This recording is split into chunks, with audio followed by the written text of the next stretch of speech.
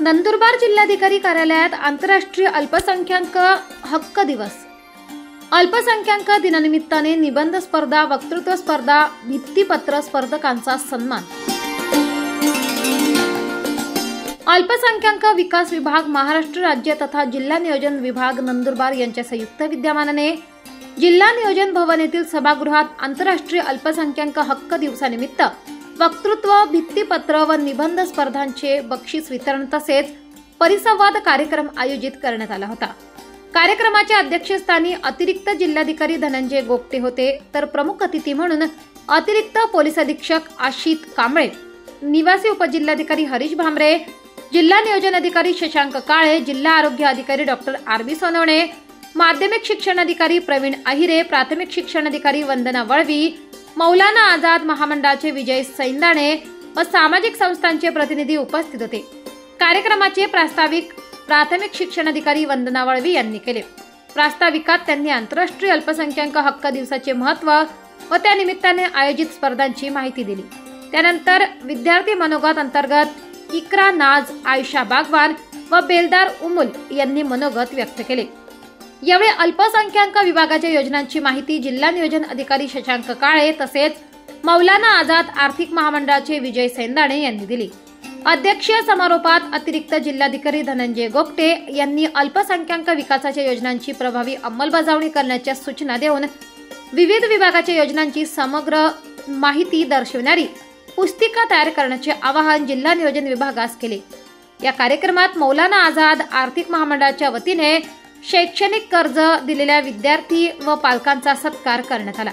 तसेच आंतरराष्ट्रीय अल्पसंख्याक हक्क दिवसानिमित्त आयोजित करण्यात आलेल्या वक्तृत्व, भित्तीपत्र व निबंध स्पर्धामध्ये तालुका स्तरावर प्रथम क्रमांक प्राप्त करणाऱ्या इयत्ता 6वी ते 8वी या लहान गटातील तसेच इयत्ता 9वी ते 12वी या मोठ्या गटातील विद्यार्थ्यांचा मान्यवरांच्या हस्ते प्रमाणपत्र व ट्रॉफी देऊन सत्कार करण्यात आला। यावेळी तालुका स्तरावर कार्यक्रमांचे यशस्वी आयोजन केल्यामुळे प्राचार्य फैयाज पठाण, हरीश बोरसे, रफिक जहांगीरदार, जवाद सय्यद, सत्यजित नाईक, कालिदास पाठक, इसरार सय्यद यांचा सत्कार करण्यात आला। कार्यक्रमाचे सूत्रसंचालन माध्यमिक उपशिक्षण अधिकारी डॉक्टर युनुस पठाण यांनी केले, तर आभार माध्यमिक शिक्षण अधिकारी प्रवीण अहिरे यांनी मानले। राष्ट्रगीताने कार्यक्रमाचा समारोप करण्यात आला।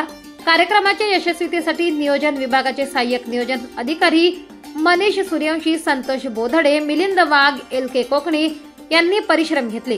यावेळी निबंध स्पर्धा, वक्तृत्व स्पर्धा, भित्तीपत्र स्पर्धेचे आयोजन करण्यात आले होते। स्पर्धेत निवड झालेले स्पर्धक खालीलप्रमाणे: निबंध स्पर्धा नंदुरबार तालुक्यातून तंजिमा तालीम पटवे, तकदीस फातेमा शेख खालिद, नवापूर तालुक्यातून साफिया जाकीर खान पठाण, सुबुल अहमद मणियार, शहादा तालुक्यातून खदिजा निहाल अहमद मोमीन, इम्रोजा अल्ताफ खाटिक, तळोदा तालुक्यातून प्राजक्ता सचिन नगरकर, खुशनुमा शेख शरीफ, अक्कलकुवा तालुक्यातून उमर अल्ताफ शेख, मारिया रफिक जहागीरदार, धडगाव तालुक्यातून पावरा रोहन राजेंद्र, पावरा नंदिनी कोटेसिंग। वक्तृत्व स्पर्धा नंदुरबार तालुक्यातून मणियार नुरुल हुदा, मनसीउल्ला कुरेशी, इकरा शेख युनुस, नवापूर तालुक्यातून मसिरा आबिद सिकलीगर, मुनिबा रशिदोद्दीन मलिक, शहादा तालुक्यातून बेलदार उमुल खैर बागवान आयशा रईस, तळोदा तालुक्यातून फहमीना फरीद शाह, अल्फिया फिरोज पिंजारी, अक्कलकुवा तालुक्यातून अश्मिरा आझम अन्सारी, आयशा करीम शाह फकीर।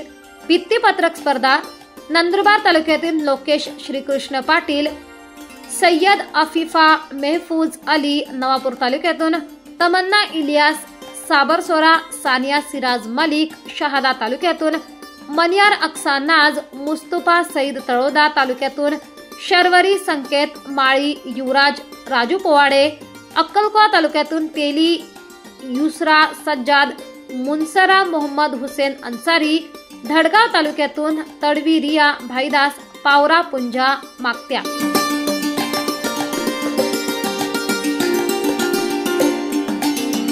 स्वरूपात जर आम्हाला दिलं 3 पॉइंट्स तर मग आम्ही त्या संबंधित विभागाशी चर्चा करून त्यातल्या काय गोष्टी करता येऊ शकतात, कुठल्या गोष्टी शासन स्तरावर आपल्याला फॉलो करावं लागेल याची कल्पना आपल्याला देऊ।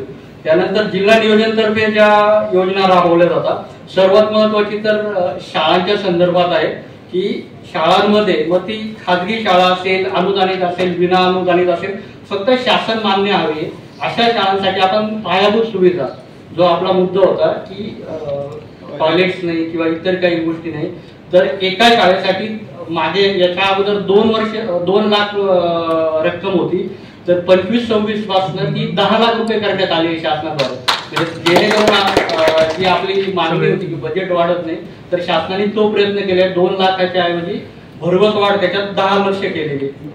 त्यानंतर धर्मदायी आयुक्तांकडे नोंदणी झालेल्या ज्या संस्था आहेत बौद्धांसाठीच्या, जिथे 51% जास्त बौद्ध सभासद किंवा विश्वस्त आहेत, त्यांना देखील पायाभूत सुविधांसाठी 10 लाख रुपयापर्यंत तिची मदत केली जाते, अनुदान दिलं जातं. त्याच्यासाठी जिल्हा नियोजन समितीकडे आपण अर्ज करायचा आहे.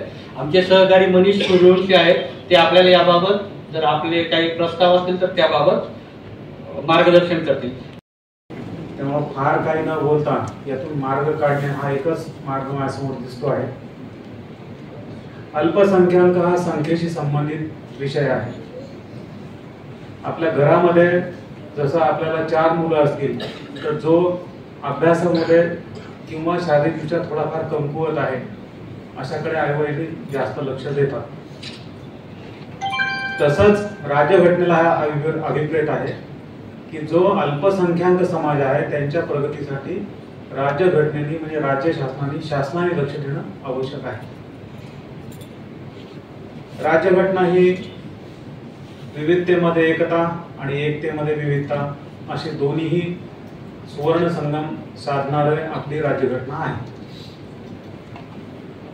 देशामध्ये बरेचसे जाती आहेत, पंथ आहेत, भाषा आहेत, पेहराव आहेत. प्रत्येकाला आपापल्या जाती, पंथ, आचार, विचार याचं स्वातंत्र्य दिलेलं आहे, ज्याला व्यक्ती स्वातंत्र्य असं म्हणतात. परंतु असं स्वातंत्र्य प्रत्येक ठिकाणी रिझनेबल कंट्रोलच्या अंडर आहे, म्हणजे कायद्याच्या अंतर्गत ते मान्य असलं पाहिजे. उदरनिर्वाहासाठी मला व्यवसाय करण्याचा पूर्ण अधिकार आहे, परंतु मला दारू गाळण्याचा अधिकार नाही, मला जुगार किंवा मटका चालवण्याचा अधिकार नाही. त्यातून मी अनैतिक मार्गाने जर का उत्पन्न कमवत असेल, माझा रोजगार त्यावर चालतो, उदरनिर्वाह चालतो असं म्हणत असेल तर कायद्याला ही गोष्ट मान्य नाही. मित्रांनो, राज्यघटनेने आपल्याला अधिकार दिलेले आहेत, मूलभूत अधिकार दिलेले आहेत, तसेच कर्तव्य पण दिलेले आहेत. हे सगळ्यांसाठीच आहे गोष्ट, फक्त विशिष्ट समाजासाठी नाहीये ती. तर प्रत्येकाने आपण कायद्याच्या अंमलाखाली आहोत याची जाणीव सतत ठेवणं आवश्यक आहे. दुर्दैवाने काही लोकांनी आता त्याचा उल्लेख केला, काही ठिकाणी असे प्रकार घडतात जे पेपरमध्येही वाचायला मिळतात आपल्याला.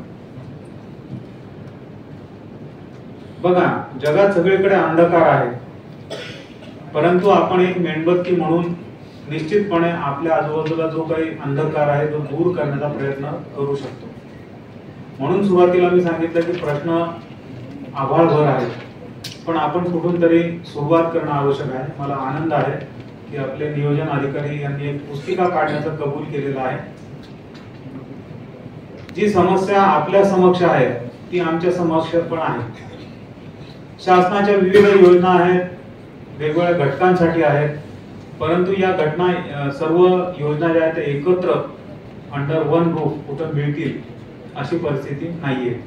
समाज कल्याण विभाग त्यांच्या योजना राबवतं, ट्रायबल डिपार्टमेंट त्यांच्या राबवतं, अल्पसंख्याक विभाग त्यांचा राबवतं, शिक्षण विभाग त्यांच्या राबवतं, गृह विभाग, महसूल विभाग त्यांच्या योजना राबवतात. 24 लाईव्ह महाराष्ट्र न्यूजसाठी पंकज आहिरे, नंदुरबार, नवापूर.